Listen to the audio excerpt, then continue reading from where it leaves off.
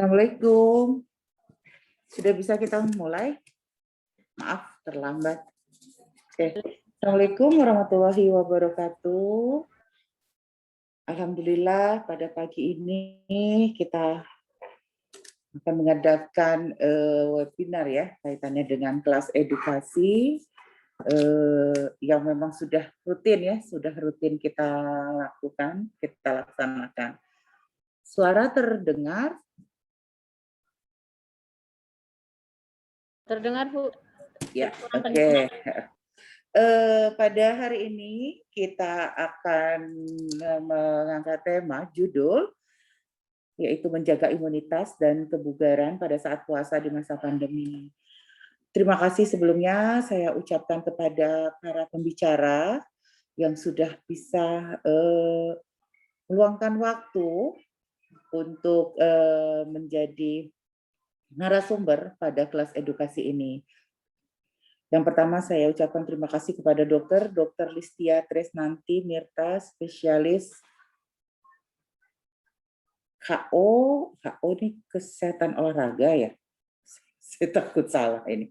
Kemudian yang kedua, pembicara kedua yaitu Dr. Ansari Saifuddin Hasibuan, spesialis penyakit dalam. Terima kasih dokter. Pada hari ini dokter akan dipandu oleh Dr. Sri Mulyani, spesialis paru, dokter dari UPK. Semoga yang hari ini sudah join, mudah-mudahan banyak yang bisa bergabung untuk mendengarkan materi kita pada pagi ini. Sebelumnya mungkin kalau memang sudah bisa harus langsung dilanjut karena saya lihat juga jumlah pesertanya juga masih sedikit ya. Mungkin tolong teman-teman bisa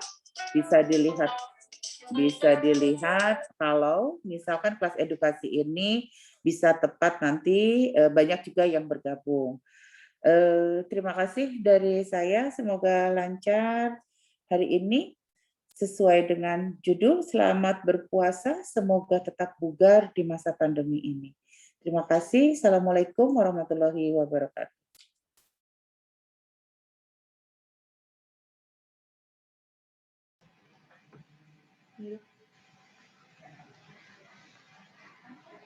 Bismillahirrahmanirrahim. Assalamualaikum warahmatullahi wabarakatuh. Selamat pagi, salam sejahtera untuk kita semua.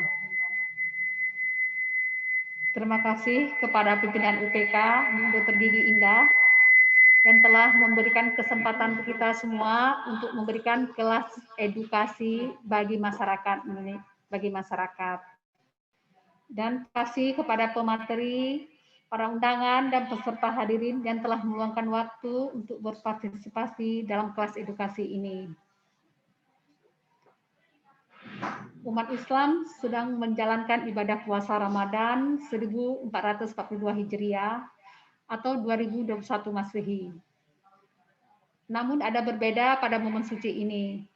Puasa wajib dilakukan di tengah pandemi COVID dan dilakukan vaksinasi COVID bagi nakes yang sudah dilakukan, lansia, petugas publik, serta tokoh agama.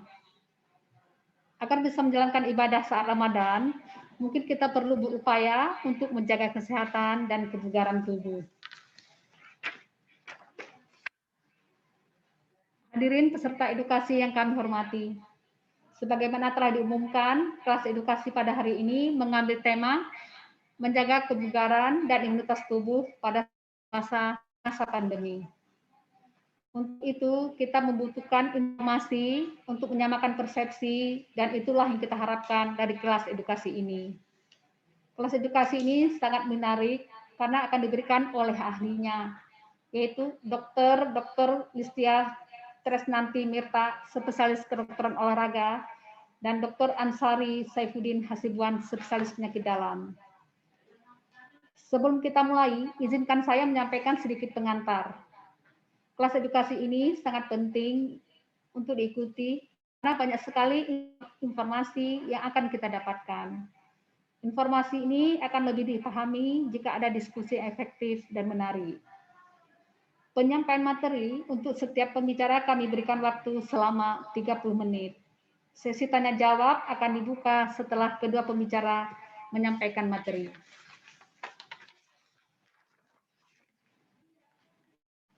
Pembicara pertama yaitu Dr.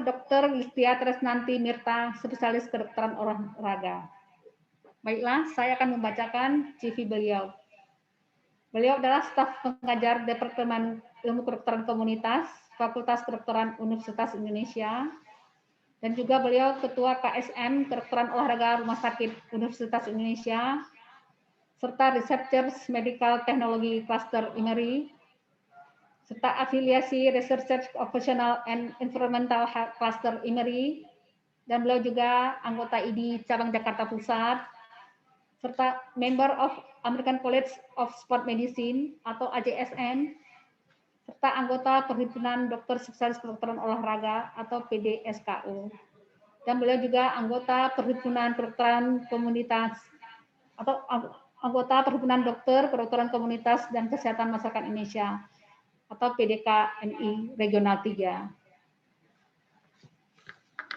Bagi yang ingin berhubungan sama beliau, ada nomor teleponnya 0813 300 1188. Selanjutnya kami persilakan kepada pembicara pertama untuk menyampaikan materi. Kepada dokter kami persilahkan.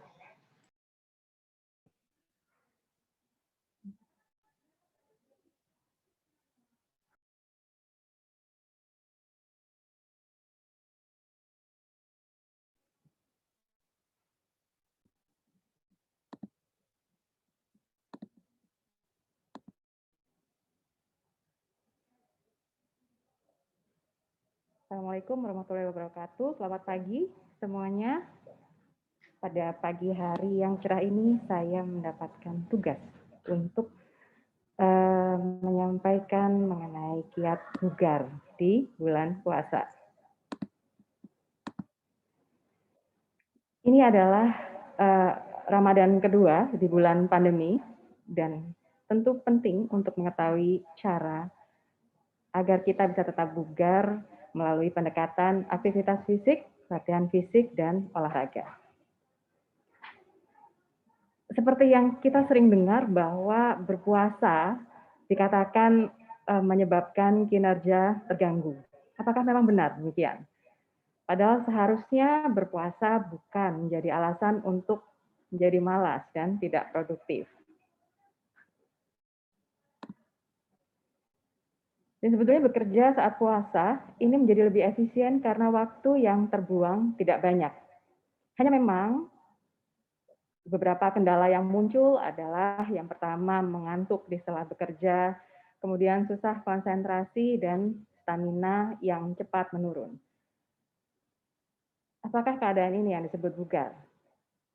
Seperti yang kita tahu, seharusnya puasa berkualitas justru dapat meningkatkan etos kerja.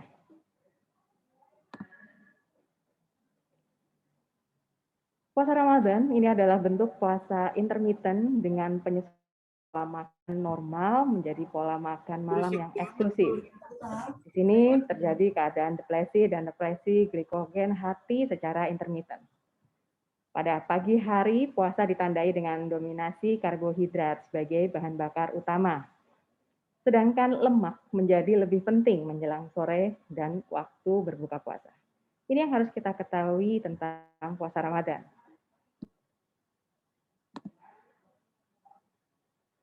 Nah, pada praktik menjalankan puasa Ramadan ini tentu diiringi dengan perubahan pola tidur dan aktivitas serta ritme hormon sirkadian. Namun tidak terdapat perubahan signifikan pada tingkat metabolisme istirahat dan total energi pengeluaran. Hal ini yang harus kita pahami bersama sehingga dapat meningkatkan motivasi kita untuk bergerak di bulan puasa. Saat ini kondisi inilah yang alami. Semua harus dilakukan dari rumah, WFH. Faktanya banyak sekali yang menjadi kurang aktif karena memang lebih banyak duduk untuk melakukan pekerjaannya. Screen time yang meningkat dan akhirnya pola tidur menjadi kurang konsisten. Inilah disrupsi pandemi yang harus kita hadapi bersama saat ini. Dan akhirnya mempertegas studi yang sebelumnya, sebelum pandemi, sudah mengatakan bahwa gaya hidup di sini adalah menjadi masalah kesehatan.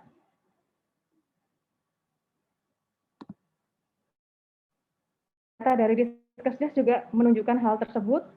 Diskesdas terakhir 2018 dibandingkan dengan sebelumnya menunjukkan bahwa proporsi aktivitas fisik tergolong kurang aktif lebih dari 10 tahun ternyata mengalami peningkatan. Ini terjadi sebelum pandemi. Bagaimana dengan pandemi? Tentu saja kemungkinan akan menjadi lebih meningkat. Dan tentu harus dilakukan upaya-upaya untuk bisa menguranginya. Karena bagaimanapun juga, bergerak ini menjadi faktor risiko primer keempat penyebab kematian di dunia. Ini yang harus dipahami bersama. Dan dari data Riskesdas juga didapatkan yang terakhir masih terdapat peningkatan dari beberapa parameter dari penyakit tidak menular. Trennya meningkat. Di antaranya di sini adalah berat badan berlebih, obes, dan obesitas sentral. Masih meningkat dari Riskesdas yang sebelumnya. Karena bagaimana harus disikapi? Kuncinya adalah berusaha tetap mengatur waktu untuk melakukan aktivitas fisik, latihan fisik, dan olahraga untuk menjaga kesehatan dan memelihara kebugaran meskipun dilakukan dengan penyesuaian. Karena harus dipahami bahwa berkurangnya aktivitas fisik akan menurunkan tingkat kebugaran dan akibatnya masalah kesehatan yang akan meningkat. Dari tadi saya menyebutkan 3 terminologi ini untuk diketahui bersama bahwa kita memang harus mengetahui bahwa sebetulnya kita mengenal 3 istilah ini. Aktivitas fisik atau physical activity, yang kedua adalah latihan fisik atau exercise, dan yang ketiga adalah olahraga atau sport. Di mana ketiganya ini memang seluruhnya bertujuan untuk sehat, mencapai titik kebugaran, dan lebih jauh produktif. Karena sehat saja belum tentu bugar, sementara bugar sudah pasti sehat. Dan untuk bisa menjadi produktif tentu saja dibutuhkan kebugaran, apalagi di bulan puasa ini. Secara cepat saya akan menjelaskan mengenai ketiga terminologi ini untuk diketahui karena kita masih mengenal satu terminologi saja, olahraga, sejak mulai sekolah di SD sampai dengan SMA. Aktivitas fisik di sini adalah seluruh gerakan tubuh sebagai hasil kontraksi otot rangka yang akan meningkatkan energi ekspenditur. Artinya apa? Tidur, duduk, jalan, berdiri, seluruhnya adalah aktivitas fisik. Namun energi ekspenditur, energi pengeluarannya berbeda. Bahwa energi ekspenditur dari duduk lebih tinggi daripada tidur. Berjalan lebih tinggi dibandingkan dengan duduk, dan seterusnya. Tugas kita adalah memilih yang energi ekspenditurnya lebih besar.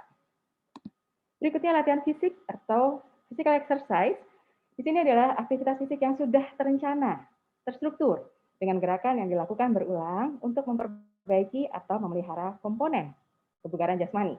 Sebagai contoh, bersepeda 2 kali, Senin dan Rabu 30 menit. Itu sudah merupakan latihan fisik. Kemudian olahraga atau sport, di sini salah satunya istilah yang paling sering kita dengar. Ini adalah aktivitas fisik yang mempunyai ciri permainan, punya aturan tertentu, dan mengandung unsur kompetisi. Hal inilah yang harus dipahami agar kita menjadi lebih nyaman untuk melakukannya karena lagi-lagi tidak harus identik dengan capek, panas, berkeringat, dan sebagainya. Sementara sehat sendiri didefinisikan sehat secara fisik, mental, spiritual, sosial yang memungkinkan untuk hidup produktif secara sosial dan ekonomis. Sedangkan bugar di sini adalah kemampuan untuk melakukan kegiatan sehari-hari dengan optimal tanpa rasa lelah berarti masih cukup energi untuk menikmati waktu luang dan memenuhi keadaan darurat tidak terduga. Konsep ini harus betul-betul kita pahami karena kita harus mencapai titik kebugaran untuk bisa tetap menjadi produktif, apalagi di bulan puasa ini. Dengan sedikit bergerak saja, kita sudah bisa mendapatkan manfaat ini. Bagaimanapun, dengan mengubah gaya hidup kita, maka manfaat aktivitas fisik ini dapat kita peroleh. Sedemikian banyak dan besarnya manfaat aktivitas fisik yang kita lakukan, tentu saja tidak ada salahnya bagi kita untuk mulai bergerak. Kemudian apa yang harus dipersiapkan?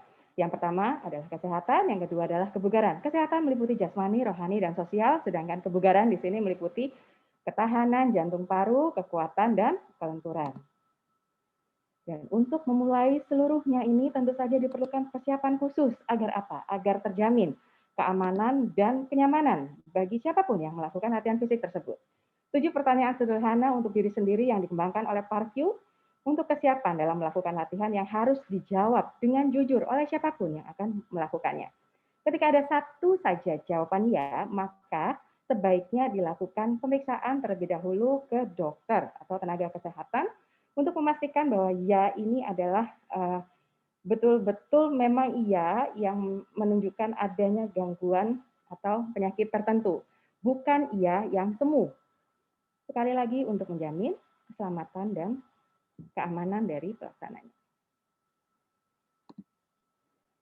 Mengapa? Ya, karena inilah yang akan kita lakukan. Seperti yang tadi diagram sebelumnya yang sudah saya jelaskan di sini, ini adalah gambarannya bahwa setiap kegiatan tersebut mempunyai rekomendasi masing-masing dengan persyaratan masing-masing bahwa kita berdiri dari sebelah kiri dan kita mencari titik di mana kita berdiri dan bergeser secara perlahan ke sebelah kanan. Semakin ke kanan, manfaat kesehatan yang didapatkan tentu akan semakin besar. Seiring dengan besarnya manfaat yang diperoleh, maka bahaya dan risikonya pun menjadi semakin besar. Itulah mengapa harus dilakukan serangkaian persiapan untuk bisa tetap menjamin keselamatannya. Dimulai dengan pola hidup yang aktif, diteruskan dengan aktivitas fisik yang sehat, latihan fisik untuk bugar, dan latihan fisik untuk kompetisi.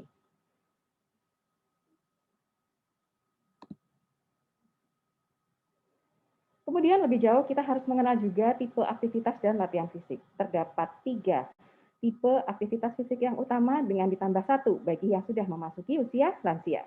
Yang pertama adalah latihan aerobik atau latihan kardiovaskuler, kardiorespirasi. Yang kedua adalah latihan penguatan, yang ketiga adalah latihan kelenturan, dan yang keempat sebagai tambahan adalah latihan keseimbangan. Latihan kardiorespirasi atau latihan aerobik di sini adalah latihan yang melibatkan gerakan berulang dan terus-menerus dari kelompok otot besar seperti berjalan, bersepeda, jogging, berenang, dan kegiatan lain yang mengandalkan sistem penghasil energi aerobik. Sementara di kuadran kanan atas di sini adalah latihan penguatan, meliputi aktivitas atau latihan dengan beban bebas, beban mesin, beban kalistenik atau berat badan sendiri, atau bisa digunakan tali elastis. Di kuadran kiri bawah latihan kelenturan, di sini untuk memperbaiki daya jangkau sendi. Dan yang terakhir sebagai tambahan adalah latihan keseimbangan yang bermanfaat pada gaya berjalan dan mencegah jatuh. Sebagai contoh, aktivitas seperti tai chi, yoga, di sini adalah aktivitas yang menggabungkan latihan, kelenturan, keseimbangan, dan penguatan otot.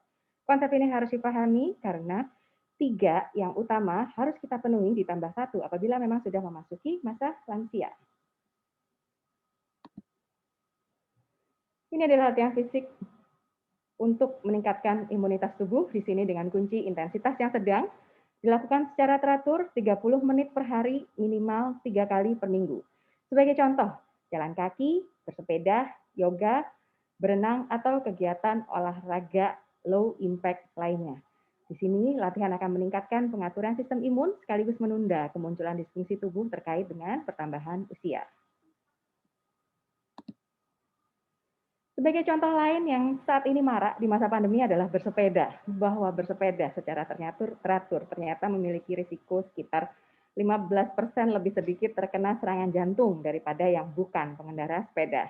Di sini, kegiatan ini dapat memperkuat otot jantung dan paru-paru, memperbaiki sirkulasi tubuh, dan menurunkan kadar lemak darah. Bersepeda termasuk latihan fisik yang low impact, sehingga kemungkinan cedera lebih kecil atau permasalahan pada otot dan sendi dibandingkan dengan latihan fisik lainnya. Kemudian yang mudah, murah, dan mampu laksana lainnya yang kita semua pasti bisa lakukan adalah berjalan dengan teratur. Disebutkan bahwa perempuan yang berjalan kaki 30 menit per hari selama setahun, kemungkinan terkena flu hanya setengah dari mereka yang tidak melakukan. Sini jalan kaki rutin dapat terkait pada jumlah sel darah putih yang merupakan benteng terhadap infeksi virus. Nah, untuk dapat memilih kadangkala jumlah kalori yang terbakar di sini menjadi sebuah motivasi khusus, terutama bagi mungkin kaum hawa. Ini adalah beberapa contoh jumlah kalori yang terbakar dengan melakukan aktivitas fisik tersebut di sini dengan durasi 60 menit. Kemudian selanjutnya, setelah mengetahui jenisnya, maka kita harus mengetahui bagaimana pola aktivitas fisik. Pola aktivitas fisik terbagi menjadi dua, aktivitas sehari-hari dan aktivitas di waktu luang. Aktivitas sehari-hari terbagi dengan kegiatan di rumah, tempat kerja, dan transportasi aktif. Saat ini seolah semua bercampur menjadi satu karena sebagian besar kegiatan dilakukan dari rumah. Namun konsep ini harus tetap dipahami dengan maksud bahwa apabila di rumah tidak mampu untuk melakukan aktivitas fisik, maka harus dilakukan penggantian di tempat kerja maupun transportasi aktif. Artinya apabila di rumah pun mungkin tidak melihat apa yang dikerjakan, namun tetap dapat harus memenuhi rekomendasi minimal dari aktivitas fisik. Yang kedua adalah aktivitas waktu luang yang sebaiknya diisi dengan rekreasi aktif dan olahraga. Setelah kita mengetahui pola aktivitas fisik, kita juga harus mengetahui tingkat aktivitas fisik yang juga dapat menggunakan parameter dari jumlah langkah per hari. Bahwa dikatakan aktif apabila sudah memenuhi sedikitnya 10.000 langkah. Bagaimana cara memenuhinya? Memang sebuah tantangan, terutama di masa pandemi ini. Kemudian bagaimana yang aman untuk melakukannya? Nah, yang pertama, latihan fisik memang harus dilakukan dengan baik, benar, terukur, dan teratur. BBTT. Latihan fisik yang baik di sini adalah latihan fisik yang dimulai sejak dini, sesuai dengan kondisi fisik medis, tidak menimbulkan dampak yang merugikan, bervariasi, dan mampu laksana. Kemudian latihan fisik yang benar. Latihan fisik yang benar di sini dimulai secara bertahap. Diawali dengan pemanasan dan peregangan 10-15 menit, kemudian baru memasuki latihan inti 20-60 menit, dan ditutup dengan pendinginan, peregangan 5-10 menit. Kemudian latihan fisik harus dilakukan juga dengan terukur. Apa maksudnya? Menggunakan parameter denyut nadi maksimal dengan rumus 220 dikurangi usia, dan kemudian yang menjadi target adalah denyut nadi latihan 60-70% dari denyut nadi maksimal yang berdasarkan usia tadi, yang dapat ditingkatkan secara bertahap sesuai dengan respon dari masing-masing yang melakukannya. Dan yang terakhir adalah latihan fisik harus dilakukan secara teratur. 2 kali per minggu untuk awal, 3-4 kali per minggu untuk lanjutan dengan selang 1 hari untuk pemulihan. Untuk menilai tingkat kelelahan dapat digunakan tes bicara. BBTT. Lebih spesifik saat ini adalah aktivitas fisik dengan puasa. Apa yang terjadi? Jadi memang benar bahwa terjadi penurunan kinerja fisik pada 2 minggu pertama di bulan puasa. Hal ini dikaitkan dengan pola latihan, gaya hidup, pola makan, dan pola tidur. Kemudian pada kelompok yang berpuasa dan tetap melakukan aktivitas dan latihan fisik, di sini ternyata terdapat perubahan yang lebih baik pada parameter komposisi tubuh, hematologi, dan biokimia. Efek menguntungkan pada komposisi tubuh dan kesehatan yaitu penurunan berat badan, penurunan persentase lemak tubuh, serta peningkatan daya tahan tubuh. Dan untuk dapat diketahui bahwa efek latihan jangka pendek saat puasa sebetulnya adalah dehidrasi dan kelelahan. Ini yang harus digunakan sebagai titik bagaimana melakukannya dengan bijak di bulan puasa ini. Ini adalah perubahan pola makan dan asupan energi yang terjadi di bulan puasa. Dari gambaran ini nampak bahwa memang ada fase di bulan puasa dan pada fase titik kita berpuasa, dan di sebelah kanan adalah saat kita mulai berbuka puasa. Nah, jadi ternyata pengaruh puasa Ramadan terhadap jumlah langkah pada periode berbeda dalam 1 hari selama dan pasca Ramadan. Kemudian jumlah langkah per hari di sini menyebutkan ternyata bahwa aktivitas di pagi hari dan sore secara signifikan memang lebih rendah selama bulan Ramadan dibandingkan dengan pasca Ramadan.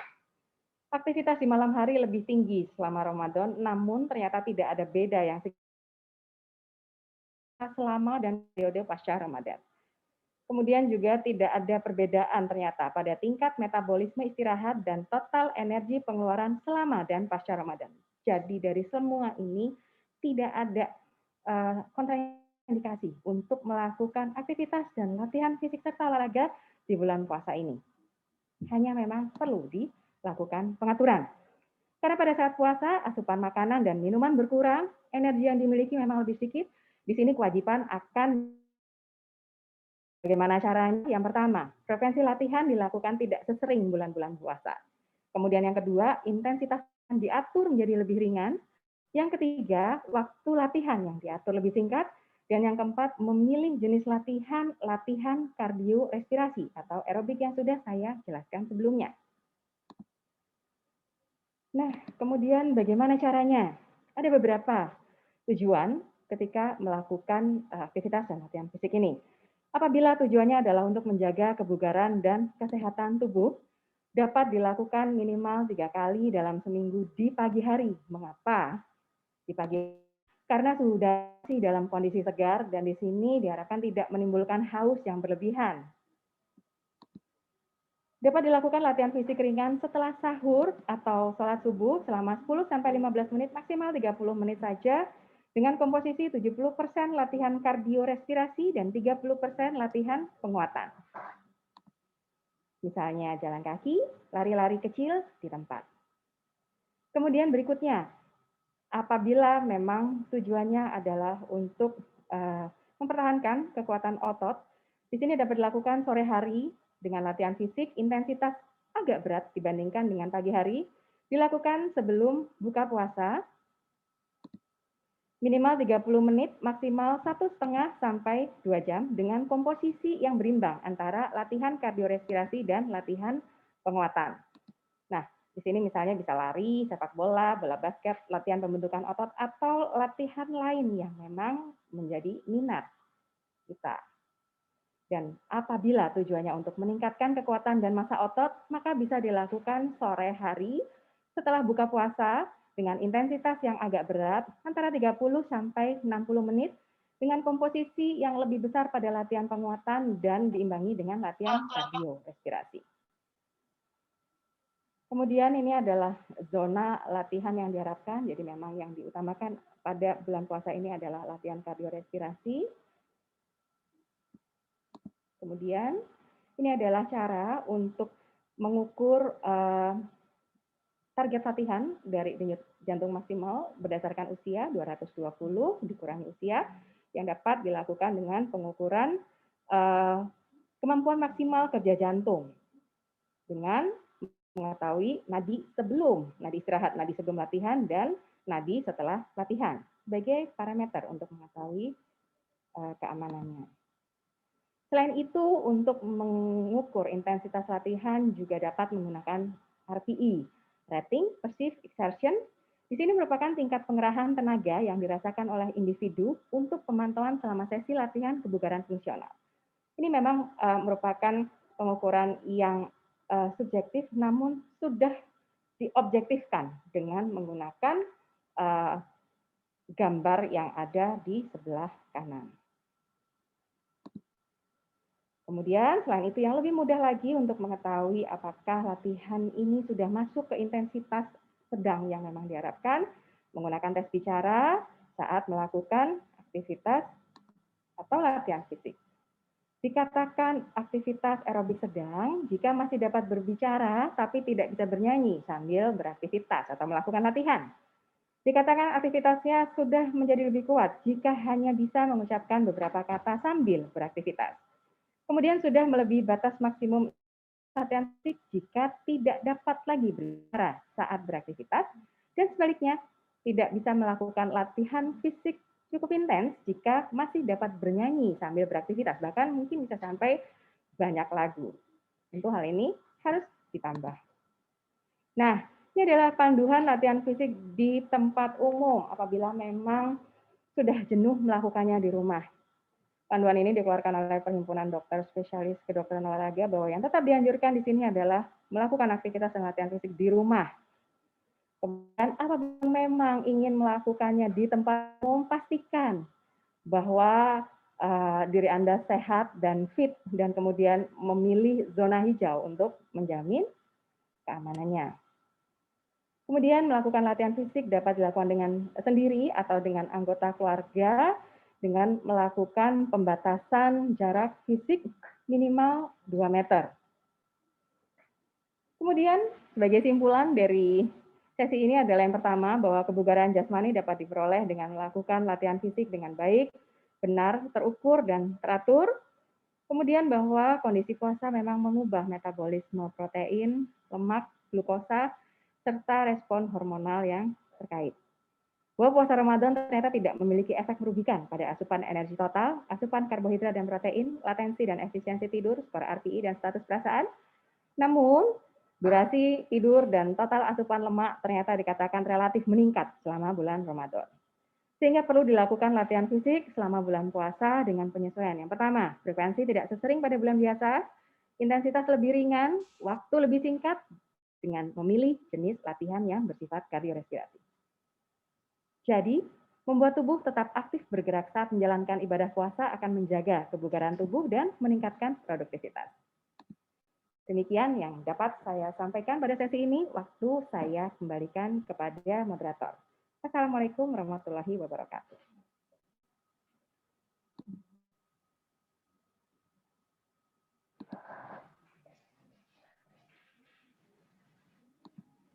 Terima kasih kepada Dr. Listia Tresnanti Mirta, spesialis kedokteran olahraga, atas paparannya yang begitu menarik, jelas, dan bermanfaat.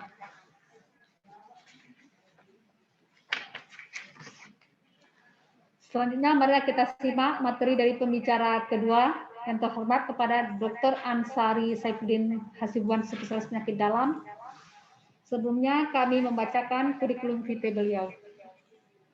Beliau lahir di Padang Sidempuan 17 Desember 1989.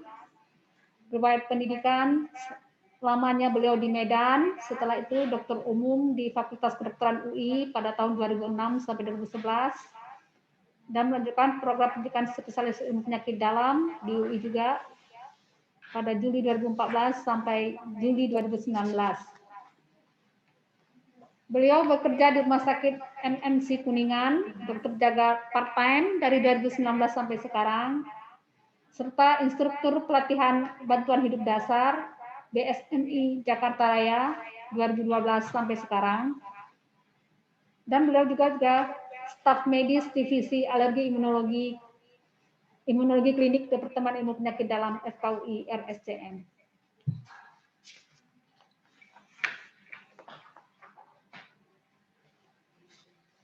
Kepada Dr. Ansari Hasibuan, kami persilakan untuk memaparkan materinya. Baik, Assalamualaikum warahmatullahi wabarakatuh. Terima kasih Dr. Sri selaku moderator, yang saya hormati Dr. Listia selaku pembicara pertama, dan juga kepada seluruh panitia.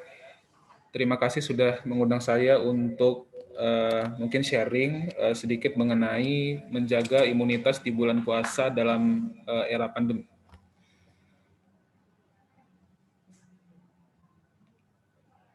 Baik, kepada Bapak dan Ibu sekalian, ini mungkin sedikit pendahuluan dari presentasi saya, bahwa nanti kita akan membahas sedikit mengenai puasa dan imunitas, kemudian tips selama puasa untuk meningkatkan sistem kekebalan tubuh kita, dan juga yang ketiga mengenai manfaat vaksinasi khususnya selama bulan puasa. Sekarang kita masuk ke bagian pertama mengenai puasa dan imunitas. Bahwa puasa dan imunitas itu memang dari berbagai studi yang sudah banyak dilakukan ternyata membantu meningkatkan imunitas tubuh kita. Ya, jadi dalam hal ini puasa intermittent, ya, puasa Ramadan termasuk bagian dari puasa intermittent, di mana ada waktu sekitar 8 jam ya antara sahur dengan buka, ya, dan itu disebut sebagai puasa intermittent. Dan Bapak dan Ibu sekalian, puasa intermittent itu ternyata dikatakan memiliki manfaat yang sangat banyak, ya, yang cukup banyak dalam mengurangi faktor kadar inflamasi di dalam tubuh kita, ya, sehingga meningkatkan imunitas di dalam tubuh kita. Jadi selama Ramadan ya ada satu penelitian mengatakan bahwa kadar sitokin proinflamasi di dalam serum kita, ya itu ada beberapa yang diteliti seperti interleukin 6, interleukin 1B, 1 beta dan TNF alpha ternyata secara signifikan lebih rendah dibandingkan dengan ketika kita tidak berpuasa. Nah, kemudian juga jumlah sel imun itu berkurang secara signifikan, ya, tetapi dalam kisaran referensi normal sehingga tidak menyebabkan disregulasi dari sistem imun tubuh kita. Nah, kemudian faktor-faktor proinflamasi tadi memang menurun, ya, tetapi ada faktor yang dia sifatnya antiinflamasi seperti interleukin 10 dan juga rasio interleukin 10 dan 6 itu menurun atau meningkat pada saat kita berpuasa. Nah, sehingga disimpulkan bahwa puasa intermittent, ya, atau di sini disingkatnya, itu melemahkan keadaan inflamasi tubuh kita dengan menurunkan tingkat ekspresi sitokin proinflamasi dan menurunkan kadar leukosit yang bersirkulasi, namun itu tidak berdampak buruk terhadap respon imun tubuh kita. Dan Bapak Ibu sekalian, respon imunitas innate, jadi innate itu adalah respon imunitas alamiah di dalam tubuh kita. Ya. Pada faktor infeksi intraseluler selama kita berpuasa Ramadan itu meningkat. Ya. Sehingga pada dasarnya, ya, selama berpuasa itu kita perlindungannya terhadap infeksi bakteri itu lebih baik sebenarnya. Ya. Nanti akan saya bahas lebih lanjut bahwa diteliti bahkan pada saat kita berpuasa itu infeksi tuberkulosis itu kita semakin bagus pertahanan terhadap infeksi TB tersebut. Kemudian juga pada model hewan itu sudah banyak sekali ya, penelitian preklinik ya, yang meneliti faktor ataupun kadar sitokin di dalam tubuh hewan tersebut dengan dimodifikasi sedemikian rupa sehingga dia itu menjalankan puasa juga ya seperti kita. Ternyata intermittent fasting atau puasa intermittent itu merangsang IFN gamma. Ya, IFN gamma itu adalah faktor sitokin yang dikeluarkan untuk merangsang sel T, ya, sehingga sistem imunnya itu meningkat responnya terhadap khususnya aktivitas dari virus. Dan juga dari hewan tersebut ternyata diketahui bahwa puasa Ramadan memiliki efek neuroproteksi. Ya, melindungi neuron dari gangguan neurogeneratif, kejang, epilepsi, dan stroke, dan kemudian dia memiliki efek proteksi ya secara umum, yaitu mengaktifkan makrofag dan juga meningkatkan kemampuan dari kerja makrofag tersebut. Nah, kemudian efek tidak langsung puasa intermittent Ramadan ya tentu secara umum pada obesitas dan sindrom metabolik ya karena kita berpuasa dan tentu mayoritas intake kita akan menurun, kalori yang kita konsumsi akan menurun, sehingga obesitas dan sindrom metabolik juga seharusnya akan membaik. Ya. Dan berat badan kita menurun, ya, sehingga homeostasis dalam tubuh kita akan semakin baik. Nah, ini yang saya katakan tadi bahwa puasa intermittent Ramadan itu diteliti ternyata dapat mengurangi patogenisitas dari TB, ya, karena dia meningkatkan jumlah makrofag dan sel mononuklear dalam darah perifer. Kemudian juga peningkatan IFN gamma yang saya katakan tadi, ya, yang dia berperan dalam melawan berbagai infeksi bakteri dan virus.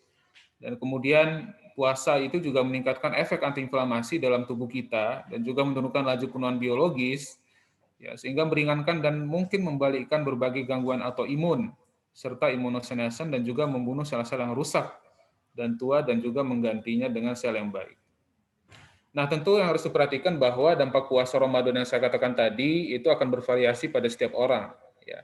Karena dia akan tergantung status sosial ekonomi, kebiasaan gizi, dan struktur metabolisme seseorang.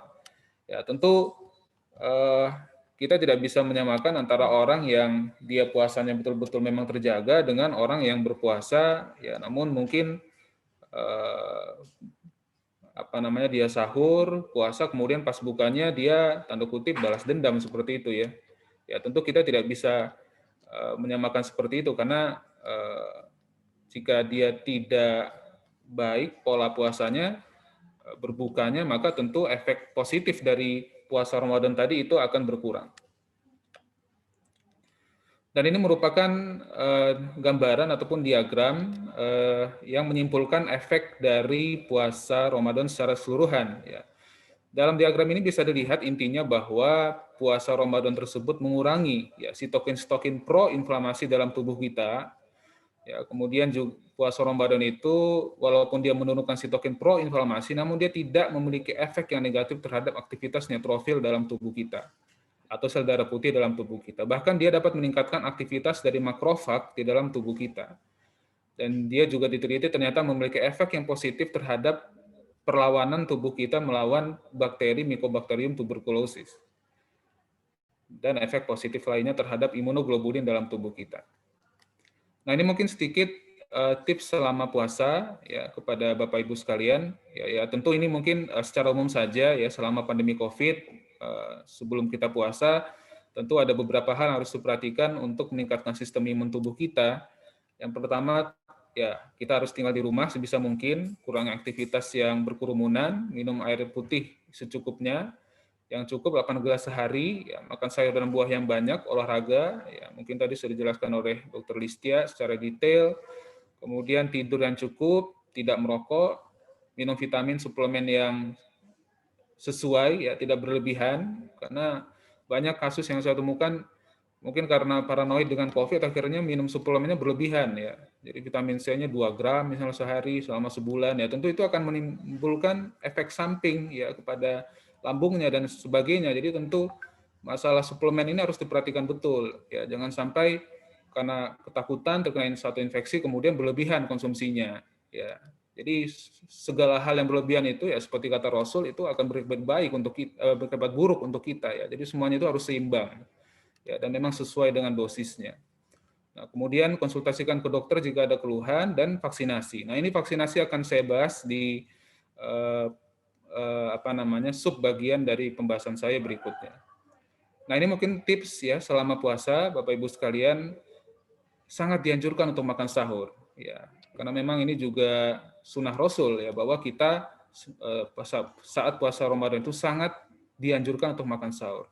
Jika kita tidak sahur maka tubuh akan mengalami stres karena kelaparan. Ya tentu mungkin ibu bapak ya pernah lupa sahur ya terasa gimana bedanya ya yang antara sahur dengan tidak sahur. Kita akan lemas dan sebagainya. Kemudian pilih makan yang tepat. Usahakan lebih banyak perbanyak sayur dan buah-buahan ya. Dan memang sudah diteliti ya lebih lanjut bahwa makanan yang mengandung banyak serat ya dan juga kandungan yang terkandung dalam buah-buahan dan sayur itu akan berpengaruh terhadap mikrobiota di dalam usus kita ya, dan ternyata mikrobiota usus itu juga tanda kutip itu perlu makanan ya dan perlu lingkungan yang baik yang semua itu berasal dari kandungan yang berada pada sayur dan buah-buahan. Nah, lingkungan yang baik dan juga mikrobiota dalam usus kita yang tumbuh dengan baik, dengan subur, ya tanda kutip, itu akan meningkatkan kekebalan tubuh kita, ya. Sehingga ini penelitiannya mengenai gut mikrobiota atau mikrobiota pencernaan itu sekarang lagi tren, ya, diteliti di luar negeri dan ternyata banyak dihubungkan dengan sistem imun di dalam tubuh kita. Dan ternyata dikatakan juga bahwa mikrobiota usus kita yang bermasalah ya itu akan menyebabkan kita semakin rentan terhadap penyakit ya baik penyakit virus ataupun penyakit bakteri ya sehingga lingkungan mikrobiota ataupun mikrobiota dalam usus yang memang baik itu sangat diperlukan dalam meningkatkan sistem imun tubuh kita. Nah, caranya bagaimana ya? Salah satunya tadi dengan banyak makan sayur dan juga buah-buahan. Dan kurangi makanan yang banyak gula, ya, mengandung gula dan juga mengandung lemak, karena mengkonsumsi makanan yang mengandung banyak gula itu akan mengganggu homeostasis dari mikrobiota dalam usus kita dan tentu akhirnya berpengaruh terhadap sistem kekebalan tubuh kita. Nah, kemudian buka puasalah dengan hidangan yang ringan terlebih dahulu, ya. Jadi iftar dengan hidangan yang ringan, ya, snack istirahat 15-20 menit, sholat maghrib, ya, kemudian lanjutkan ke hidangan utama yang lebih berat. Ini tentu untuk menghindari refleks ya dari sistem pencernaan kita akibat mungkin karena kita balas dendam, tanda kutip, terlalu lapar, akhirnya kita banyak memakan makanan berat, kita sholat dan aktivitas, akhirnya itu akan mengganggu kita, ya, sehingga dianjurkan untuk makan hidangan yang ringan terlebih dahulu. Kemudian perkaya sumber antioksidan, ya, ganti panganan manis berlemak pada hidangan penutup dengan aneka buah. Seperti yang saya katakan tadi, ya, buah dan sayur itu memiliki banyak manfaat untuk mikrobiota di usus kita. Nah, kemudian tips selama puasa lainnya adalah cukupi kebutuhan air. Ya, jadi walaupun kita berpuasa, maka sahur dan saat berbuka minum kita harus tetap cukup. Kemudian saya katakan tadi kurangi konsumsi gula, tetap berolahraga, cukup tidur. Nah, cukup tidur ini juga sangat penting. Ya, kenapa? Karena jika kita kurang tidur, maka sistem imun dalam tubuh kita itu akan semakin berkurang fungsinya. Ya, dari satu penelitian dikatakan bahwa selama puasa Ramadan itu memang waktu tidur kita berkurang. Ya, jadi rata-rata waktu tidur kita itu 7 jam, itu kurang sekitar 1 jam. Jadi hanya sekitar 6 jam pada saat puasa Ramadan. Ya, tentu ini akan berakibat negatif, ya. Kenapa? Karena jika kita terlalu terganggu tidurnya, maka makin menurun. Ya, sangat penting bagi kita untuk membuat jadwal kegiatan. Ya, jadi kita harus menargetkan ibadah kita, ya, jangan terlalu diporsir, ya, kemudian istirahatnya cukup, ya, dan kita harus tetap produktif selama puasa Ramadan. Nah, target ibadah ini juga sangat penting. Ya, kenapa? Karena banyak orang yang mungkin karena dia ibadahnya terlalu bersemangat, kemudian tidurnya sangat kurang, ya, sehingga dia kelelahan dan akhirnya imunnya menurun. Ya, hal ini juga saya temukan pada saat ibadah haji, pada saat saya berangkat menjadi dokter haji, bahwa banyak jemaah kita itu sangat bersemangat untuk umroh. Ya, umroh, dan akhirnya karena mereka ibadahnya terlalu diporsir, akhirnya imunnya menurun dan akhirnya sakit. Nah, tentu hal ini harus sangat dihindari, ya, bahwa Rasul juga mengatakan, ya, semua hal itu harus seimbang. Ibadah itu memang penting, tapi jangan sampai ibadah itu kemudian merusak kesehatan kita sendiri.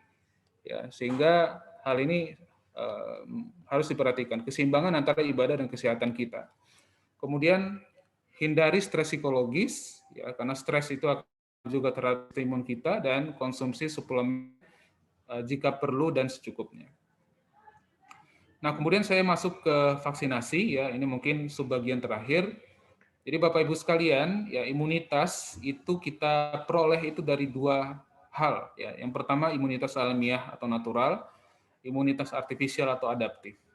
Nah, imunitas alamiah ini ada dua, ada pasif yang diperoleh dari ibu kita pada saat lahir melalui transfer antibodi melalui plasenta, dan juga aktif, ya, yang kita peroleh imunitas alamiah itu setelah kita terinfeksi.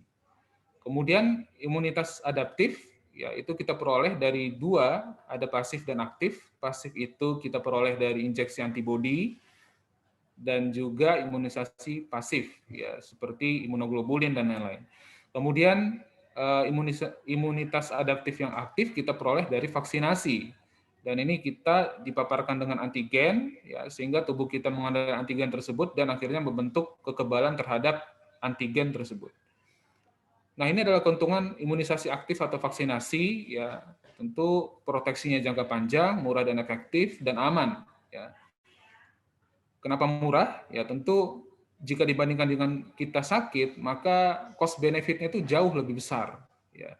Jika kita divaksinasi hepatitis B, hepatitis A, tifoid, ya, itu jika dibandingkan jika kita kena hepatitis dan tifoid dan akhirnya dirawat, ya, tentu itu sangat berbeda, ya, cost benefit-nya.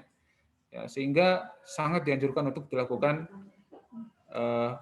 vaksinasi walaupun pada orang dewasa. Jadi ingat bahwa vaksinasi itu bukan hanya pada anak, ya, tetapi kita orang dewasa juga banyak, ya, vaksinasi yang direkomendasikan untuk kita, dan nanti akan kita bahas lebih lanjut.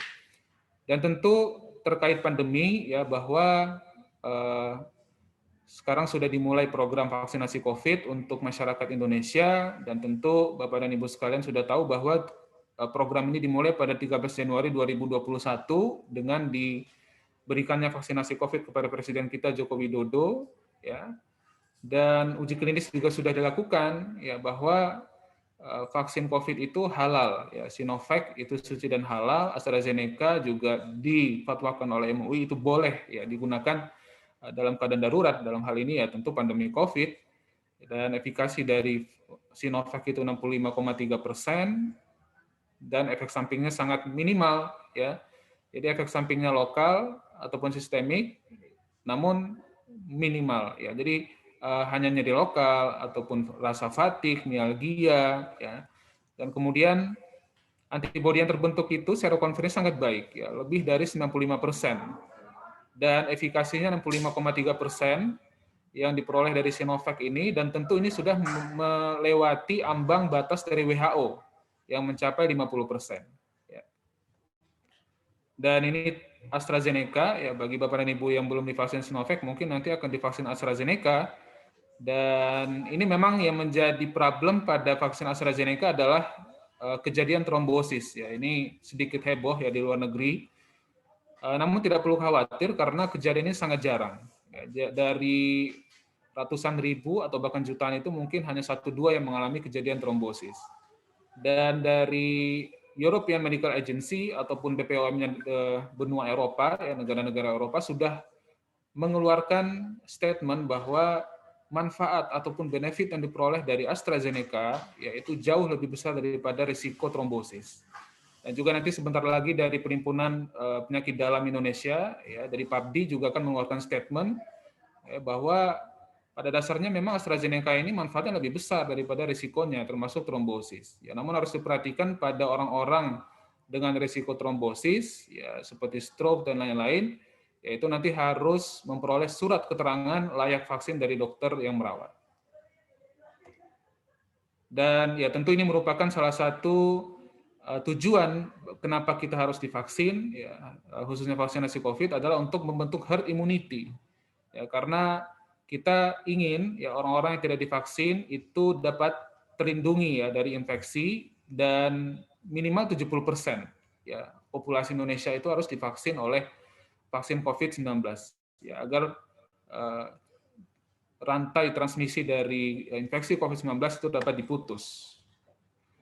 Dan ini saya katakan tadi bahwa selain vaksin COVID ya untuk orang dewasa ternyata banyak ya vaksin yang direkomendasikan untuk kita. Ya, diantaranya influenza, ya, influenza itu juga dicek atau diinjeksi setahun sekali, dan bahkan setelah diteliti, angka kematian dari virus influenza itu jauh lebih besar daripada akibat dari COVID-19. Ya, namun mungkin karena COVID merupakan virus baru, pandemi baru, sehingga kita lebih care terhadap COVID, padahal sebenarnya influenza itu, ya, itu mencapai kematiannya itu bisa 200.000 orang dalam setiap tahun. Ya. Dan virus influenza itu ada di mana-mana, ya, bukan hanya di negara musim dingin atau 4 musim, tetapi juga di negara kita Indonesia juga virus ini beredar, ya, sehingga sangat dianjurkan setiap tahun itu kita orang dewasa divaksinasi influenza. Kenapa setiap tahun? Ya, karena strain-nya itu dari tingkat mutasinya sangat, sehingga setiap tahun itu ada produksi vaksin influenza yang baru berdasarkan strain yang beredar mayoritas pada saat itu. Nah, kemudian vaksin lain yang dianjurkan tetanus, varicella, ya, HPV, zoster, measles, MMR, pneumonia, ya, khususnya kepada orang-orang yang berusia di atas 50 tahun, meningitis khususnya pada Bapak Ibu nanti yang mungkin haji umroh, hepatitis A, hepatitis B, ya, tifoid, dan lain-lain. Jadi memang banyak vaksin yang dianjurkan kepada orang dewasa. Dan kepada Bapak Ibu sekalian, ya tentu walaupun puasa ataupun tidak, ya sebaiknya tetap divaksin. Ya. Dan vaksin ini tentu tidak membatalkan puasa, dan dari MUI juga sudah dikeluarkan ya, untuk vaksin Sinovac itu tidak membatalkan puasa. Ya. Nah, ini tentu menjadi pertanyaan, apakah vaksin itu menjadi solusi mencegah pandemi? Saya katakan iya, tapi itu butuh waktu yang panjang. Ya, itu bisa mencapai bertahun-tahun agar kita mencapai herd immunity minimal itu 70%. Ya, sehingga sebelum mencapai herd immunity, tentu kita harus menjaga protokol kesehatan. Ya, 5M tetap harus dilakukan. Jangan sampai jika kita sudah sudah divaksin 2 kali, kemudian kita merasa bebas 100%, tidak pakai masker, tidak jaga jarak, dan lain-lain. Dan ingat bahwa tadi efikasi Sinovac saja 65%, masih ada sisa 35% resiko kita tertular COVID. Jadi tidak 100% mencegah COVID. Ya, tetapi vaksin COVID itu dapat mencegah kita itu mengalami gejala yang lebih berat jika kita terinfeksi. Ya, saya juga dapat beberapa laporan, ada yang sejawat yang sudah divaksin 2 kali, dia kena COVID juga. Ya, bisa. Namun, kalau dia tidak divaksin, mungkin gejalanya bisa lebih berat. Ya, sehingga ingat, walaupun sudah divaksin COVID, sudah lengkap 2 kali, tetap harus jaga 5M-nya. Ya, tetap memakai masker, tetap sering-sering cuci tangan, tetap social distancing atau physical distancing, ya, kemudian menjauhi kerumunan, dan batasi mobilitas jika tidak penting. Ya. Saya kira seperti itu pemaparan dari saya. Semoga bermanfaat. Terima kasih. Assalamualaikum warahmatullahi wabarakatuh.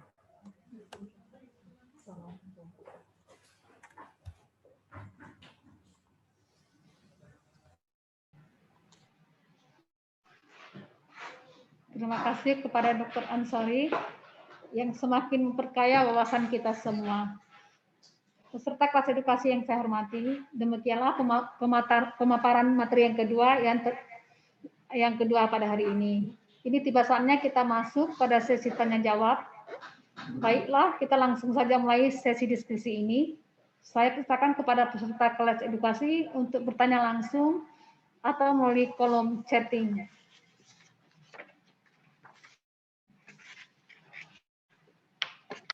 Baiklah, ini ada 2 pertanyaan yang sudah masuk ya, dokter. Pertanyaan pertama dari Niko Reza, sepertinya untuk Dr. Ansari. Kenapa konsumsi gula saat puasa sebaiknya dikurangi? Mohon penjelasan, Dok. Ya, terima kasih Pak atas pertanyaannya. Memang untuk konsumsi gula itu harus dikurangi dalam artian tidak berlebihan. Ya, jadi memang seimbang. Kenapa? Karena jika kita mengkonsumsi jumlah gula yang berlebihan, kalorinya yang lebih banyak dari seharusnya, itu tidak akan baik untuk metabolisme tubuh kita. Dan yang saya katakan tadi bahwa kadar gula berlebihan itu juga akan mempengaruhi homeostasis ataupun keseimbangan flora ataupun mikrobiota di dalam usus kita. Ya, seperti yang saya katakan tadi bahwa keseimbangan mikroflora atau mikrobiota dalam usus kita itu sangat berpengaruh terhadap sistem imun kita. Itu sudah banyak penelitiannya dan sekarang itu lagi emerging. Itu di luar negeri itu penelitian yang sedang berjalan banyak itu adalah pengaruh mikrobiota terhadap sistem imun tubuh kita. Ya, ternyata banyak sekali pengaruh flora-flora dalam usus kita itu terhadap imun kita. Nah, sehingga konsumsi gula itu salah satu alasannya harus dibatasi agar keseimbangan flora itu tetap terjaga. Ya, dan tadi saya katakan direkomendasikan untuk banyak makan sayur dan buah sehingga flora kita itu yang normal, yang baik ya, ataupun kuman yang baik dalam usus kita itu lebih baik ya pertumbuhannya dan lebih seimbang. Ya, saya kira seperti itu. Baiklah, kepada Pak Niko Reza, sebenarnya bukannya harus dikurangi, harus seimbang semua. Jangan berlebihan dan jangan pula kekurangan. Untuk selanjutnya dari Mbak Casa ya, bagaimana cara menyeimbangkan konsumsi bernutrisi saat sahur atau berbuka pada ibu menyusui? Ini kayaknya ke dokter itu Ansari ya, ke dokter Ansari. Terima kasih Bu untuk pertanyaannya. Ya tentu untuk ibu menyusui ya harus diperhatikan bahwa kadar kalori yang diperlukan itu lebih besar ya, sehingga memang harus diperhatikan betul bahwa konsumsi antara orang yang tidak menyusui ataupun yang tidak hamil dengan orang yang hamil ataupun menyusui itu berbeda. Ya, nanti ibu coba hitung kira-kira berapa kadar kalori yang diperlukan oleh tubuh ibu, karena semuanya tergantung berat badan juga. Ya, semakin berat badan kita maka kebutuhan kalori kita semakin besar dan tergantung kondisi tubuh kita apakah sedang hamil ataupun menyusui. Nah, kemudian terkait vaksin COVID pada ibu menyusui, apakah antibodi yang terbentuk juga akan tergantung antibodi pada ASI ini dari iya sama dok. Ya, jadi memang antibodi itu dapat diberikan kepada bayinya kita, ya, karena antibodi itu juga terkandung dalam ASI-nya kita. Jadi tentu jika kita sudah divaksin COVID pada ibu menyusui, ya harapannya ada antibodi yang ditransfer kepada bayinya kita. Namun harus diperhatikan ya bahwa yang menjadi pertanyaan sekarang, apakah antibodi itu cukup ya untuk melindungi bayi kita dari infeksi COVID-19? Ya, karena walaupun ada ini transfer, ya mungkin saja jumlahnya hanya minimal, ya, sehingga tidak cukup untuk melindungi bayi kita. Tapi jika dikatakan bisa atau tidak ditransfer, maka antibodi tersebut bisa ya ditransfer dari ASI ibu menyusui. Terima kasih.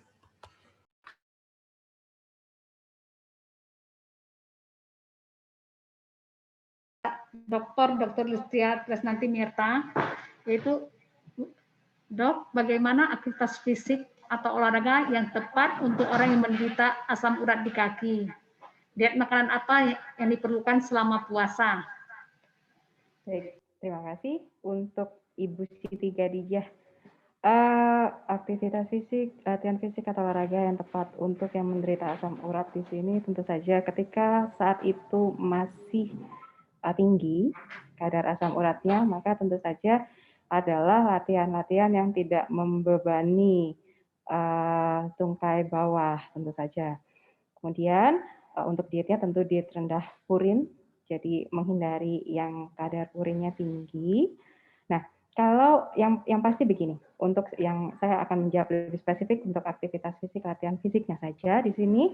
Jadi, ketika memang sedang mengalami serangan, maka yang harus dilakukan adalah tetap melakukan dengan benar, seperti yang tadi saya sampaikan, tetap dengan pemanasan, kemudian diakhiri dengan pendinginan, kemudian latihan intinya adalah yang tidak membebani tungkai, yang dapat mengurangi nyeri yang muncul karena tingginya asam urat, gitu.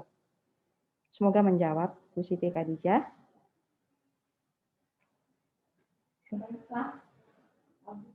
Gimana Bu Siti Khadijah? Selanjutnya ada lagi nih Mbak Jasa, kayaknya demen bertanya nih. Vaksin influenza pengulangannya setahun sekali dan lebih efektif dengan pulangan vaksin influenza atau dengan suntik vitamin C, Dok, demi menjaga imun tubuh. Ini kayaknya ke Dokter Ansari lagi nih. Ya, terima kasih. Ya, terima kasih Mbak Jasa untuk pertanyaannya.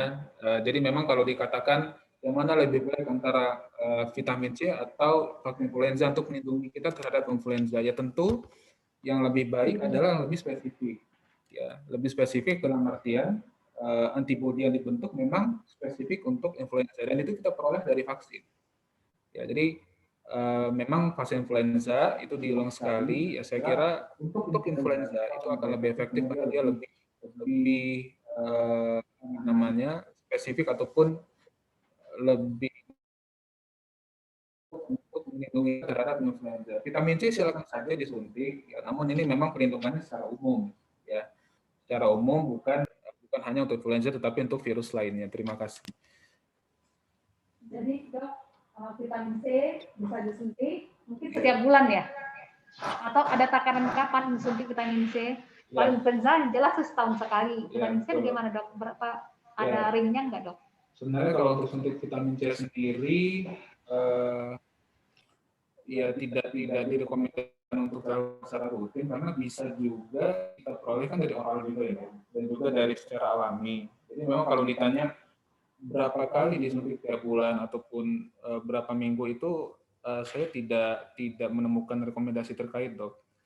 Tapi memang tentu saya tidak bisa melarang juga ya karena itu kan adalah suplemen ya. Sama saja jika kita minum suplemen vitamin C ya silakan saja ya, tapi yang penting jangan berlebihan ya dan ada takarannya sendiri seperti itu, Dok. Oke, baiklah Mbak Jasa ya. Sekarang selanjutnya kepada Dokter Tata dari dokter ini.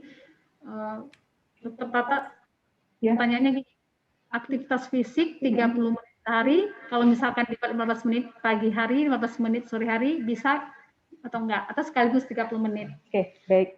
Terima kasih dokter ini untuk pertanyaannya. Bisa jawabannya.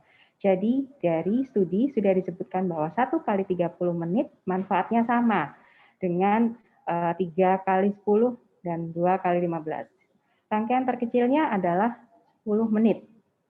Jadi kalau memang tidak mampu laksana dilakukan sekaligus 30 menit, masih bisa dimungkinkan untuk melakukannya 2 kali 15 menit.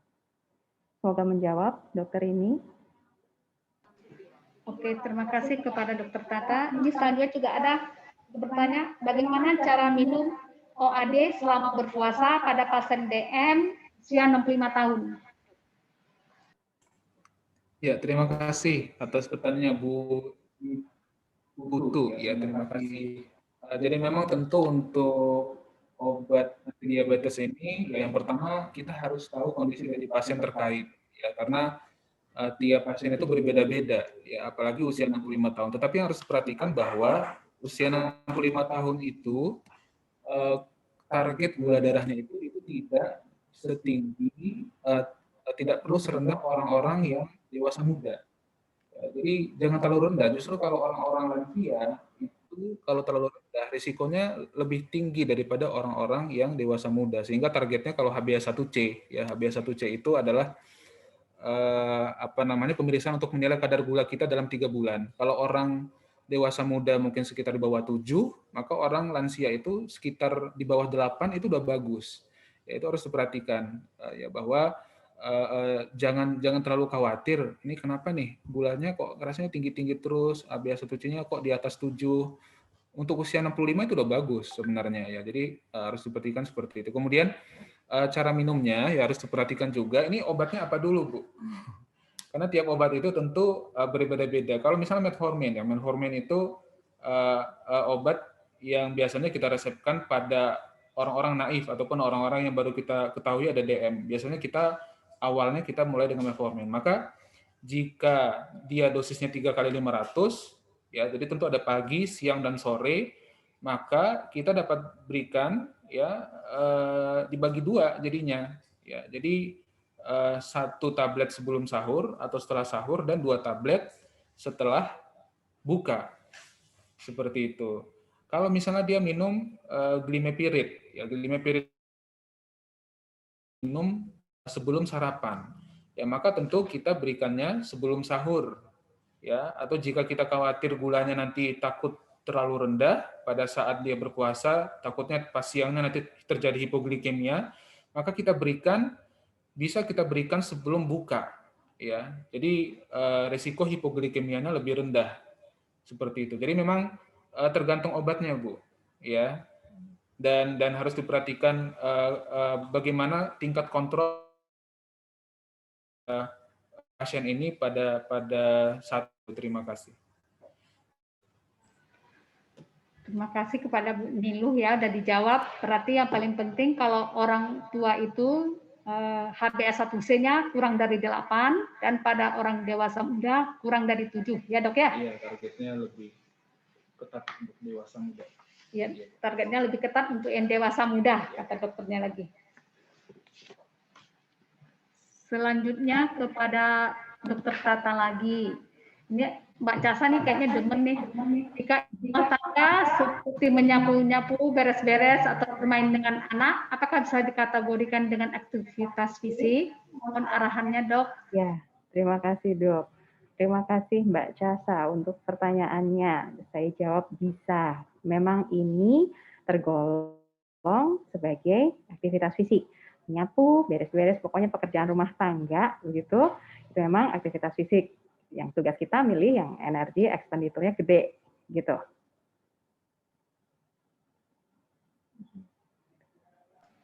Terima kasih, Dok. Sekarang selanjutnya Mbak Lul ya? Pak Nurul, ya. Pak Nurul. Apakah latihan fisik saat berpuasa terbaik pagi atau sore? Mohon maaf, tadi mungkin saya terlewat. Menu terbaik kita konsumsi saat sahur dan berbuka agar tetap sehat dan bugar. Apakah itu? Kalau menu saat sahur dan berbuka tentu saja yang dietnya harus seimbang ya untuk bisa tetap sehat dan bugar. Untuk mengenai latihan fisik yang mana waktu terbaiknya pagi atau sore, tergantung pada kebutuhannya, tujuannya apa begitu. Namun secara umum tentu saja seperti yang tadi juga sudah saya jelaskan, ketika sore intensitasnya dapat lebih tinggi dibandingkan dengan saat pagi, karena ketika sore ini menjelang waktu berbuka puasa, sehingga hilangnya cairan dapat segera tergantikan ketika berbuka puasa. Nah, ketika sore hari karena intensitasnya lebih tinggi, artinya manfaat kesehatannya pun lebih tinggi, gitu. Jadi kalau memang mau dapat manfaat lebih tinggi, memang dilakukannya sore hari dengan penggantian cairan yang dapat dilakukan lebih cepat dibandingkan dengan pagi. Kalau pagi kan masih menggunakan energi setelah sahur, gitu ya, dari makan sahurnya. Nah, cuman kalau tujuannya memang untuk memelihara kebugaran, dilakukan pagi saja sebetulnya sudah cukup. Kemudian ditambah sore, tentu akan menjadi lebih baik karena intensitasnya lebih tinggi, manfaatnya lebih besar, gitu. Semoga menjawab untuk Mbak Nurul. Silakan dokter. Selanjutnya ada dari Bu Siti Hatijah nih, kayaknya Kiki deh. Ke atas lagi. Ya, ini terkait dengan KIPI setelah vaksinasi, apakah boleh minum analgetik antipiretik jika timbul demam? Apakah konsumsi analgetik piretik mempengaruhi pembentukan antibodi? Kepada dokter kami persilakan. Ya, terima kasih untuk Ibu Siti Hatijah untuk pertanyaannya.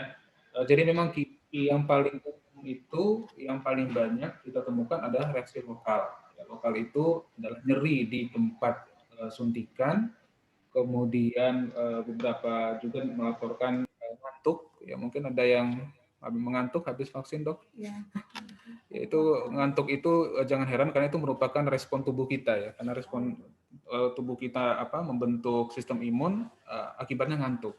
Ada juga yang melaporkan meriang-meriang, ada juga melaporkan lemas ya atau fatigue setelah divaksinasi.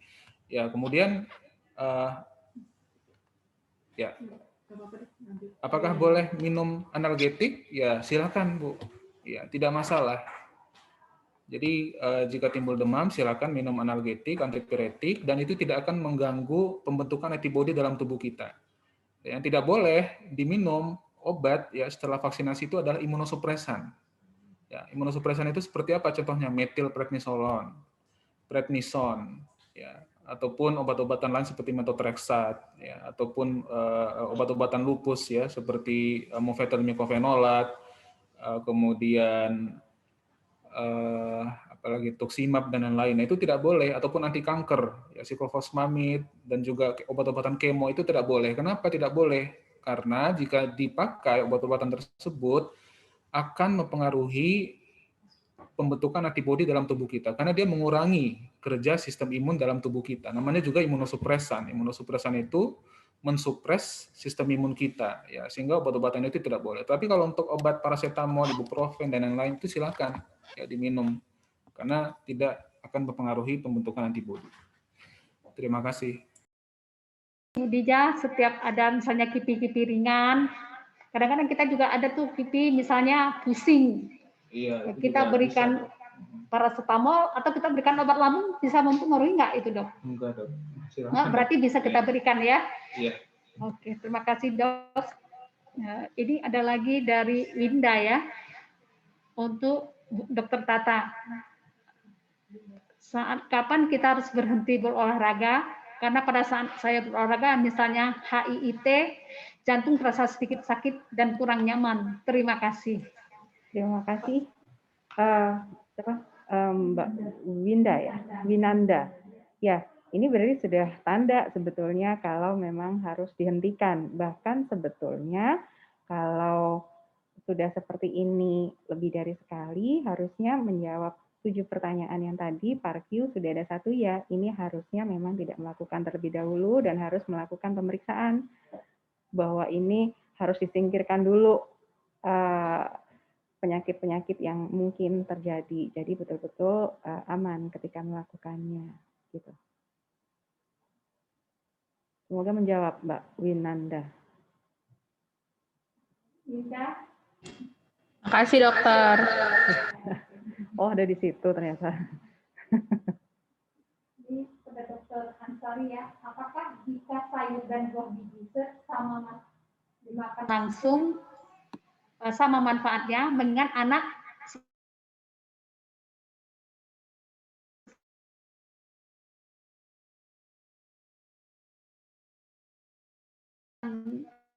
mau makan. Pertanyaannya, jadi memang kalau dikatakan sama ya sama ya, karena kandungannya ya masih tidak berubah. Yang berubah itu cuma konsistensi. Ya, tetapi yang akan berbeda adalah jika ada sesuatu hal mungkin substansi yang ditambahkan itu tentu akan merubah khasiatnya. Tetapi kalau misalnya di jus ataupun dimakan langsung ya selama dia tidak ada kandungan yang ditambahkan ya yang berubahnya konsistensi ya tentu saya kira manfaatnya akan sama saja. Ya, terima kasih. Terima kasih. Ini selanjutnya kepada Dr. Ansari juga nih kayaknya banyak penggemarnya nih. Iya. Dr. Ansari, untuk penyintas COVID survivor ICU yang kadang masih perlu oksigen untuk bernapas, apakah untuk meningkatkan imunitasnya dibutuhkan vitamin-vitamin khusus atau suplemen? Terima kasih. Ya, terima kasih Ibu Rini atas pertanyaannya. Jadi memang mungkin Ibu pernah mendengar sindrom long COVID. Ya, sindrom long COVID itu memang terjadi pada orang-orang COVID survivor yang dia itu mengalami gejala moderate to severe, ya, terutama untuk gejala yang berat ya, atau severe. Memang itu sering sekali mengalami sindrom long COVID. Artinya bahwa walaupun dia sudah pulang, ya boleh ke rumah dan beraktivitas, itu gejalanya itu akan terasa sampai berbulan-bulan. Gejalanya seperti apa? Lemas, fatigue, mengantuk, kemudian rasa tidak nyaman di dada, rasa sesek ya yang tidak umum ya, yang dia tidak umum merasakan sebelum dia terkena COVID. Nah, apakah perlu vitamin atau suplemen khusus? Ya pada dasarnya jika Ibu ingin memberikan suplemen ataupun vitamin silakan saja, ya tidak masalah. Ya namun yang harus diperhatikan adalah saya katakan tadi jangan berlebihan, ya, jangan paranoid. Ya, harus perhatikan dosisnya itu yang memang sesuai ya untuk tubuh kita. Maksimal ya kalau misalnya vitamin C itu 1 gram per hari itu sudah cukup. Ya. Bahkan ya karena lebih kurang dari itu tidak masalah, 250 mg sudah cukup. Kenapa? Karena kebutuhan vitamin C dalam tubuh kita itu untuk metabolisme normal itu hanya sekitar 50 mg, yaitu per hari. Jadi 1 gram itu sebenarnya itu tanda kutip itu sudah mega dose. Ya, jadi tidak perlu lebih dari itu. Ya, jadi kalau mau memberikan ya silakan saja maksimal seperti itu 1 gram 500 mg, ya 250 sudah bagus. Ya, jadi tentu saya tidak melarang, ya silakan saja untuk meningkatkan sistem imun, ya silakan diberikan suplemen atau vitamin. Ya, yang saya anjurkan sih tadi vitamin C dan juga D3. Ya, vitamin D3 itu memang studinya sudah banyak sekali, dia sangat berpengaruh terhadap sistem kekebalan tubuh kita. Ya, terima kasih. Ya, baiklah, terima kasih Dokter Rini dan terima kasih juga kepada Dr. Ansari telah menjawabnya dengan sangat jelas dan tuntas. Selanjutnya kepada Dr. Tata lagi, ini berapa jarak speed yang aman untuk lari dan jogging saat puasa? Apakah tetap aman jika pakai masker untuk jogging? Terima kasih. Dari Mbak Penny. Mbak Penny.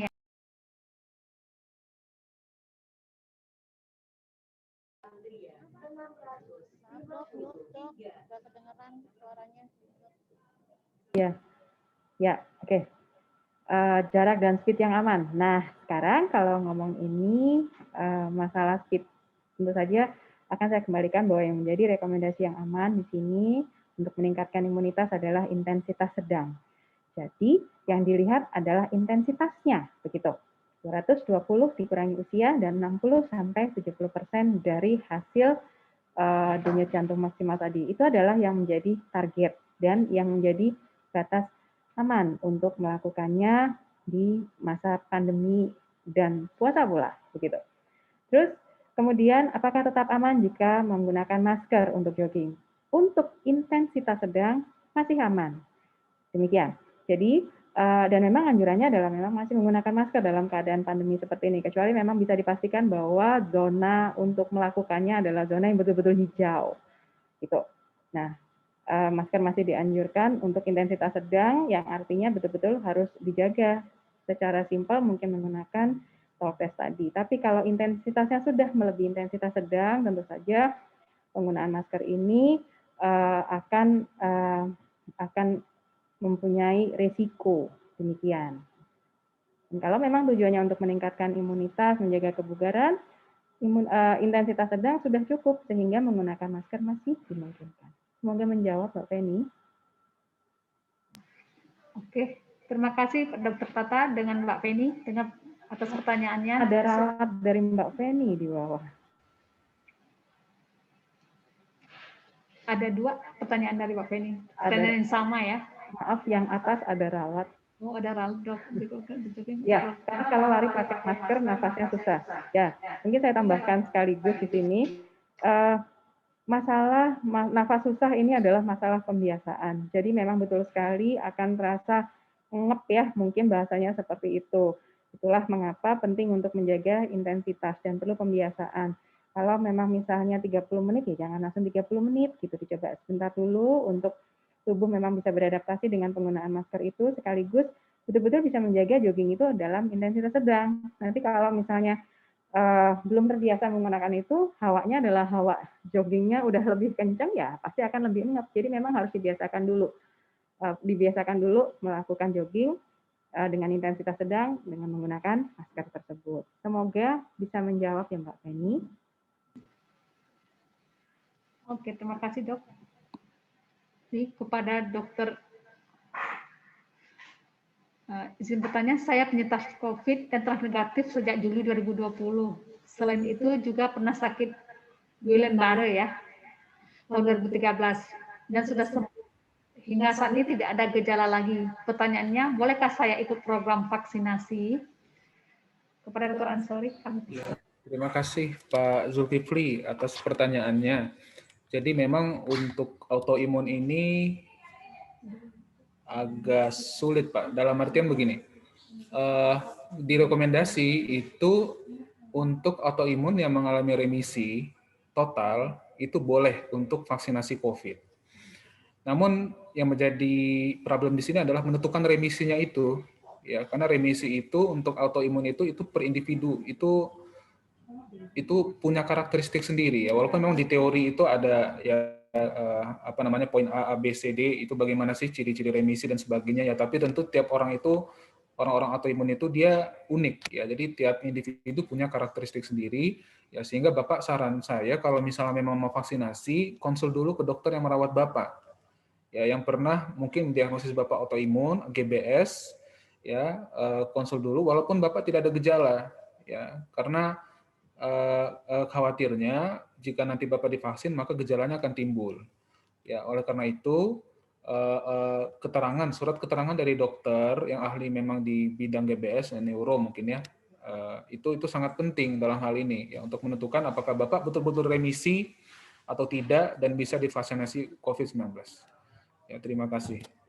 Terima kasih pada Dr. Ansori. Ini ada atas atas. Atas dulu. Ini ada ucapan terima kasih dari Pak Andi TL Lumban Gaul.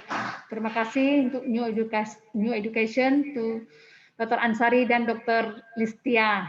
Terima kasih ya Dok. Sama dokter. Selanjutnya ada lagi pertanyaan dari Bapak Taru ya. Mau bertanya, berapa menitkah jeda waktu terbaik untuk melakukan olahraga selepas buka puasa? Terima kasih. Oke, baik. Selamat pagi, Taru. Pagi, Dok. Berapa menit jeda waktu terbaik untuk melakukan olahraga selepas buka puasa? Selepas buka puasa paling tidak minimal 1 jam terlebih dahulu sebelum memulai. Dan ketika setelah buka puasa tentu intensitasnya bisa sedikit lebih dinaikkan gitu, karena kan sudah selesai buka gitu ya. Jadi minimal 1 jam. Semoga menjawab ya Taru. Terima kasih Dok menjawab. Selanjutnya mungkin ada yang mau bertanya langsung. Kita buka waktu.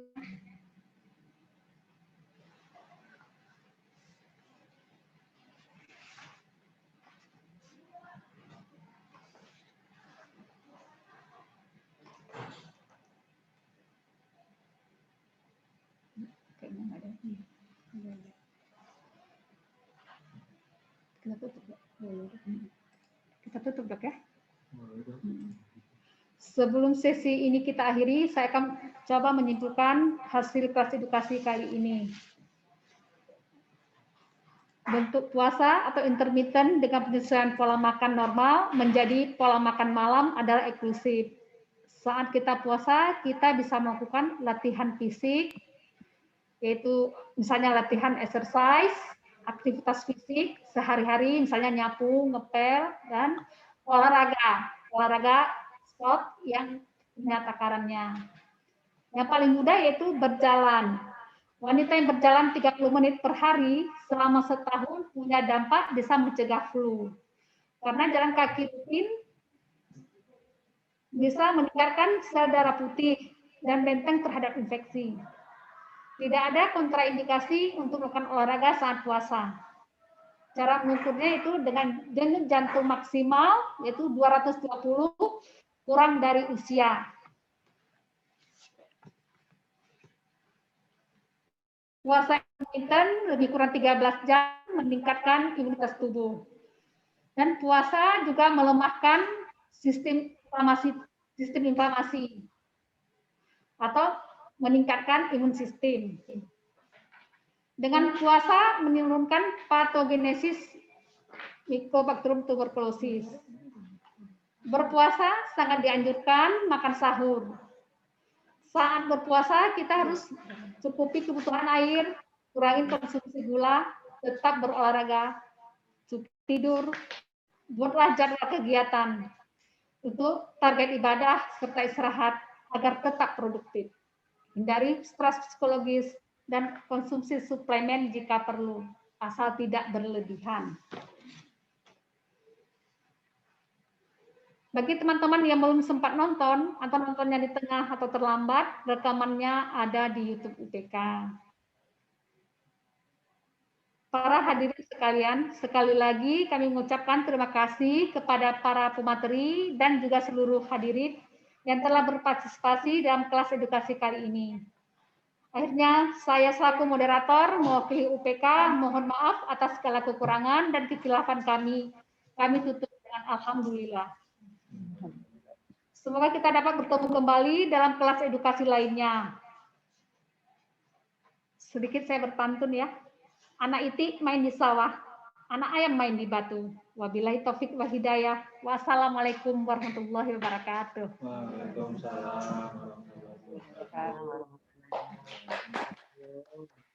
Ayo adik kita foto dulu.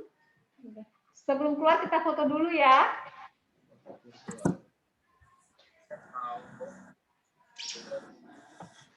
Menarik. Kami juga. Nah, ini juga bagiannya juga kita sudah buat komprehensif. Cuman desain logonya aja, interiornya, pamerannya, konsepnya, bagaimana SPT-nya.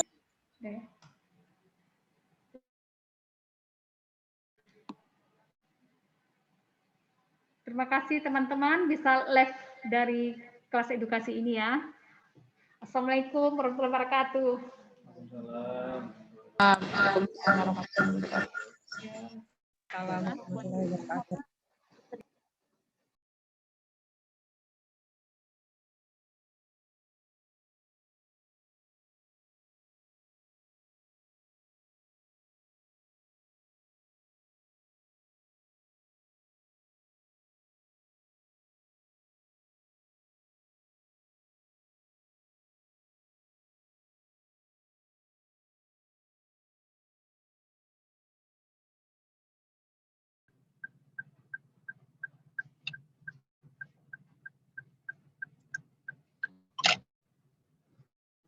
Istiqomah.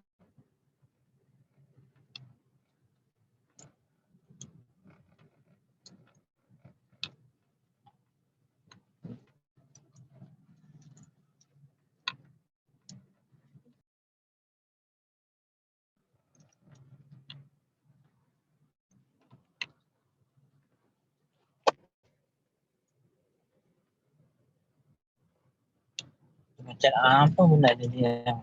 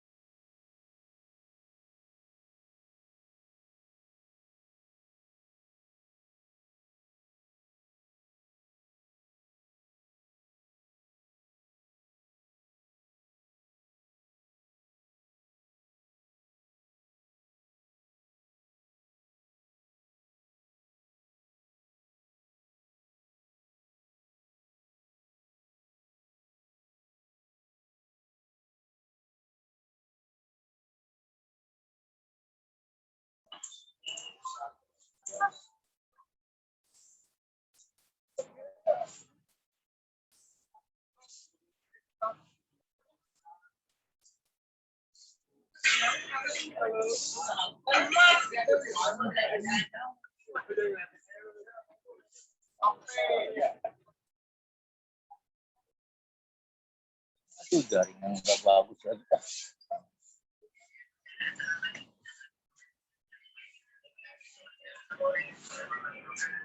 Ini jelas banget ya, jaringan di atas nggak ada jaringan. Ya, ini bagus kok. Karena sudah dipikir.